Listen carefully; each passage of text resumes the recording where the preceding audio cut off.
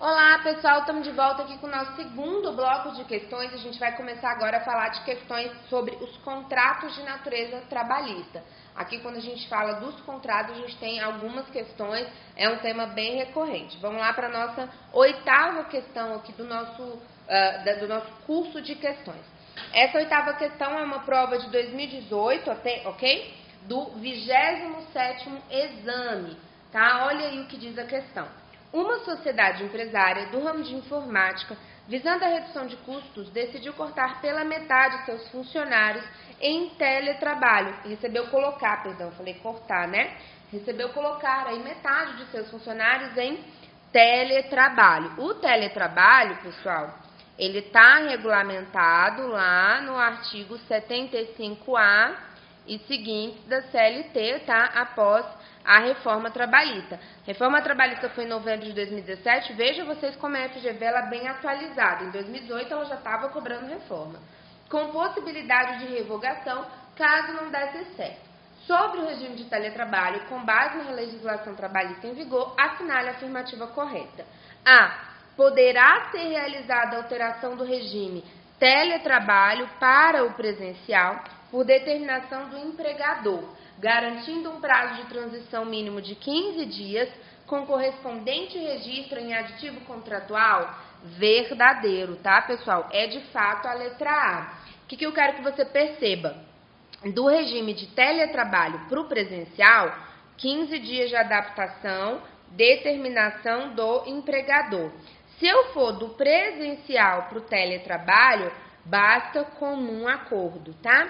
Os requisitos são diferentes. Eu bati muito nisso muito nessa tecla lá na nossa aula de teletrabalho, tá? Continuando aqui, letra A é correta, vamos ver o que está errado na seguinte. B. Os materiais fornecidos pelo empregador para a realização do teletrabalho representam utilidade e integram a remuneração do empregado? Pessoal, não integra, tá? A CLT é muito clara nesse ponto em dizer que não integra a remuneração do empregado. A jornada do empregado em teletrabalho que exceder o limite constitucional será paga como hora extra? Errado. O teletrabalhador, ele entrou lá no 62 da CLT e foi excluído do capítulo que cuida da duração do trabalho. Então, aqui a gente não vai ter essa aplicação, tá? Para o teletrabalhador, ele não vai sofrer esse cuidado aqui em relação à duração do trabalho. Letra D. A empresa pode implementar por vontade própria o teletrabalho, sendo desnecessária a concordância expressa do empregado, já que seria mais vantajoso para ele? Errado. Aqui, do presencial para o teletrabalho, eu preciso do comum acordo, ok? Então, letra D aí também errada, ok? Vamos continuar aqui, vamos para a nossa nona questão. Também na prova de 2018, aqui do 26º exame, a questão foi a seguinte. Paulo é policial militar da ativa da Brigada Militar do Rio Grande do Sul. Como policial militar, trabalha em regime de escala 24/72. Nos dias em que não tem plantão no quartel, atua como segurança em uma joalheria de shopping center, onde tem que trabalhar 3 dias da semana. Não pode se fazer substituir por ninguém, recebe remuneração fixa mensal e tem que cumprir uma rotina de 8 horas a cada dia de trabalho, a cada dia laborado. Os comandos do trabalho lhes são repassados pelo gerente geral, ok? Pelo gerente geral da loja, sendo que ainda ajuda nas arrumações do estoque, na conferência de mercadorias e em algumas outras funções internas. Paulo não teve sua CTPS anotada pela joalheria. Pessoal, aqui é uma situação que eu quero que você veja o seguinte. A gente tem a súmula 386 do TST, ok? Que vai falar que esse trabalho é um trabalho proibido. O que é isso? É um trabalho que, de fato, não poderia estar acontecendo, porque quando você é militar há uma proibição de fazer esse tipo de bico, ou fazer esse tipo de serviço extra, mas é muito comum. E o que o TST entendeu? Por mais que esse policial militar ele esteja fazendo um serviço que para o regime militar dele seja proibido, seja vedado, eu não posso deixar de reconhecer o vínculo empregatício, porque senão o empregador estaria incorrendo num enriquecimento ilícito. Eu vou ler aqui para vocês, ó, a súmula 386 do TST. Ela fala assim: policial militar, reconhecimento de vínculo empregatício com empresa privada, preenchidos os requisitos do artigo 3º da CLT, e aqui no nosso enunciado ele traz os requisitos da relação de emprego, ok? É legítimo o reconhecimento de relação de emprego entre policial militar e empresa privada, independentemente do dolo eventual, cabimento de penalidade disciplinar prevista no Estatuto do Policial Militar. Ou seja, só para mostrar para vocês que a OAB, a FGV, ela cobra a literalidade da súmula. Ela te dá um caso e vai querer que você aplique a súmula 386.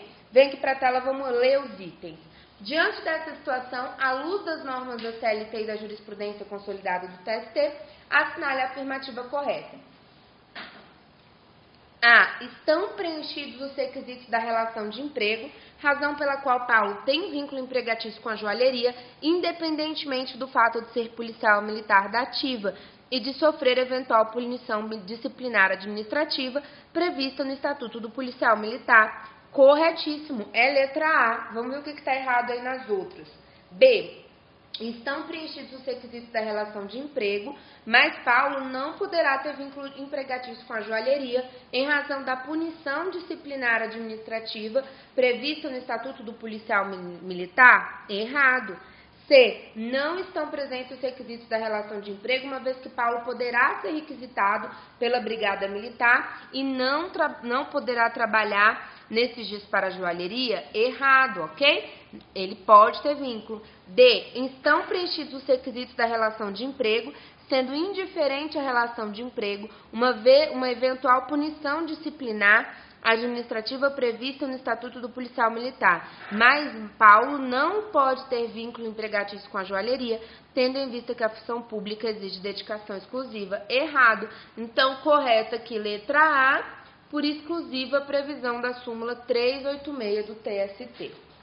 Questão 10, uma prova de 2017, 23º exame. Um representante comercial ajuiza ação na Justiça do Trabalho pedindo a devolução de descontos. Ele explica que sua comissão sobre as vendas é de 5%, mas que pode optar pelo percentual de 10%, desde que se comprometa a pagar o valor da venda, caso o comprador fique inadimplente. Isso aqui, pessoal, é uma cláusula que não pode, né, não é cabível aí, tá? Quando a gente vai falar de representante comercial. Aqui a OAB, a gente tem uma lei específica, tá? A gente tem lei específica. É muito raro isso acontecer na prova da ordem, tá? Mas é bom que a gente saiba que isso já aconteceu. Isso é bastante raro. Ele cobrou aí a lei do representante comercial, tá? Essa lei do representante comercial, se você quiser anotar, é a lei número 4886 de 1965. Você não precisa conhecer essa lei, não, tá? Aqui pela ideia e pela sistemática a gente consegue resolver. Olha lá. Alega que sempre fez opção pelos 10% e que nos casos de inadimplência teve de pagar o valor do negócio para depois tentar reaver a quantia do comprador, o que caracterizaria a transferência do risco da atividade econômica. Com certeza. Que situação é essa, pessoal? A situação é a seguinte. O representante comercial, nessa hipótese que ele está apresentando no enunciado, tem duas opções. Ou receber 5% sobre as vendas, e aí ele não assume o risco. Se houver inadimplência, não é problema do representante comercial. Ou ele vai receber 10% sobre as vendas, mas assume o risco. Então, se houver inadimplemento, ele não recebe comissão. Ele poderia optar, é o que ele apresenta aqui no enunciado. E o próprio enunciado já está te dando a deixa. Nesse caso, ele assume os riscos da atividade econômica. Volta aqui para a tela comigo. Olha só. Diante do caso apresentado e da lei de regência, assinale a alternativa correta. Pessoal, é óbvio que essa previsão ela é vedada, porque o trabalhador ele não pode assumir os riscos da atividade econômica, tá? Essa aqui foi uma questão bem fora da curva, mas eu estou te mostrando que às vezes umas coisas muito específicas caem mesmo, né? Vamos lá. Então, diante desse caso, dessa situação, assinale a afirmativa correta. A prática é válida porque o representante não é empregado nos moldes da CLT, além de ter sido uma opção por ele tomada, errado, ele de fato ele é autônomo, tá? Em regra ele é autônomo, mas ele não pode tomar essa decisão. B. O caso traduz um truck system, sendo que a lei limita o prejuízo do representante comercial a 50% da venda não paga, errado. E truck system, pessoal, truck system acontece quando a gente tem o empregador vendendo ali, isso acontece muito no meio rural, tá? E isso acontece quando o empregador ele está vendendo, ele tem uma vendinha dentro da fazenda e ele coloca ali preços abusivos, tá? Isso inclusive é vedado pela CLT. A CLT não traz a expressão truck system, mas veda que o empregador venda esses bens ali sem observar o valor de mercado e tudo mais, ou que obrigue os empregados a comprarem só dele, tá? Tem nada a ver com a questão. Letra C, a norma de regência é omissa a respeito dessa situação, razão pela qual é válida na medida em que se trata de relação de direito privado, errada. A lei dos autônomos e do representante comercial, ela veda essa cláusula que a gente chama de cláusula del credere. A situação caracteriza a cláusula del credere vedada pela lei de representação comercial, corretíssimo, tá? Letra C, letra D de dado aí, corretíssima. Vamos para a questão de número 11, uma prova de 2012, FGV, CEFISAM. Essa é bem antiga, mas é uma questão que poderia estar na sua prova. Com relação ao contrato de emprego, assinale a alternativa correta. Quando da contratação por prazo determinado, somente é possível nova contratação entre as mesmas partes num prazo nunca inferior a 3, na verdade, pessoal, 6 meses, né? A tá errado. B. São as formas autorizadas por lei para a celebração de qualquer contrato de trabalho por prazo determinado: transitoriedade do serviço do empregado, transitoriedade da atividade do empregador e quantidade extraordinária de serviço que justifique essa modalidade de contratação? Não necessariamente. Eu posso ter uma substituição, por exemplo, né? Posso substituir um empregado, por exemplo. Então, não são só essas situações, não. C. Em nenhuma hipótese, quando começa assim, a gente já desconfia, né? O contrato por prazo determinado poderá suceder dentro de 6 meses a outro contrato por prazo determinado? Errado. Vamos lembrar que se tiver uma nova justificativa, eu posso sim suceder antes dos 6 meses. E letra D, que deve ser a correta, o contrato de emprego por prazo indeterminado é aquele em que as partes, ao celebrá-lo, não estipulam a sua duração, nem prefixam seu termo extintivo, podendo versar sobre qualquer obrigação de prestar qualquer tipo de serviço manual ou intelectual. Perfeito aí, letra D, ok? Vamos para a questão de número 12 aqui, sobre condições especiais de trabalho, tá? Vamos aqui para a questão de número 12. Prova de 2014, 13º exame. Olha aí o que diz o enunciado. Maria, empregada de uma panificadora, adotou uma criança em idade de alfabetização. Quando da adoção, obteve a informação de que faria jus à licença maternidade daí decorrente. Então, a gente está falando de uma mãe adotante de licença maternidade. Em conversa com seu empregador, Maria foi informada que não desfrutava do mencionado benefício. Na dúvida, a empregada requereu a licença maternidade junto ao INSS. Diante do caso apresentado, assinale a alternativa correta. A duração da licença maternidade, de Maria tem variação de acordo com a idade da criança? Pessoal, isso aqui já está muito ultrapassado, tá? Já foi assim, a mãe adotante de fato já teve essa previsão, mas não é mais assim, tá? O artigo 392 da CLT iguala a licença maternidade da mãe biológica e da mãe gestante, então não vai ter essa diferenciação. Então, letra A, errada. Letra B. Maria não tem direito à licença maternidade, pois se trata de adoção e a legislação não prevê essa hipótese? Errado. Maria tem direito à licença maternidade. C. Maria tem direito à licença maternidade de 120 dias, sem prejuízo do emprego e do salário, independentemente da idade da criança adotada? Verdade. Letra C está corretíssima. Letra D. Maria tem direito a 2 semanas de licença maternidade, correspondentes ao período de adaptação necessário da adoção? Errado. Ela tem a mesma licença da mãe biológica, ok? Questão 13. Essa questão aqui, 2012, a FGV não vem mais cobrando questões assim, mas por precaução eu coloquei aqui, tá? A idade mínima para que alguém seja contratado como empregada doméstica, deixa eu voltar aqui, perdão, doméstica, aprendiz e no trabalho em subsolo, tem muito tempo que a OAB não cobra esses trabalhos muito específicos, tá? Esse aqui é 1 em 1 milhão, pessoal. É de respectivamente. Pessoal, doméstica, vocês já viram, 18 anos. Isso aqui tá no artigo 1º. Pela nossa aula de doméstica, você já matava a questão, tá?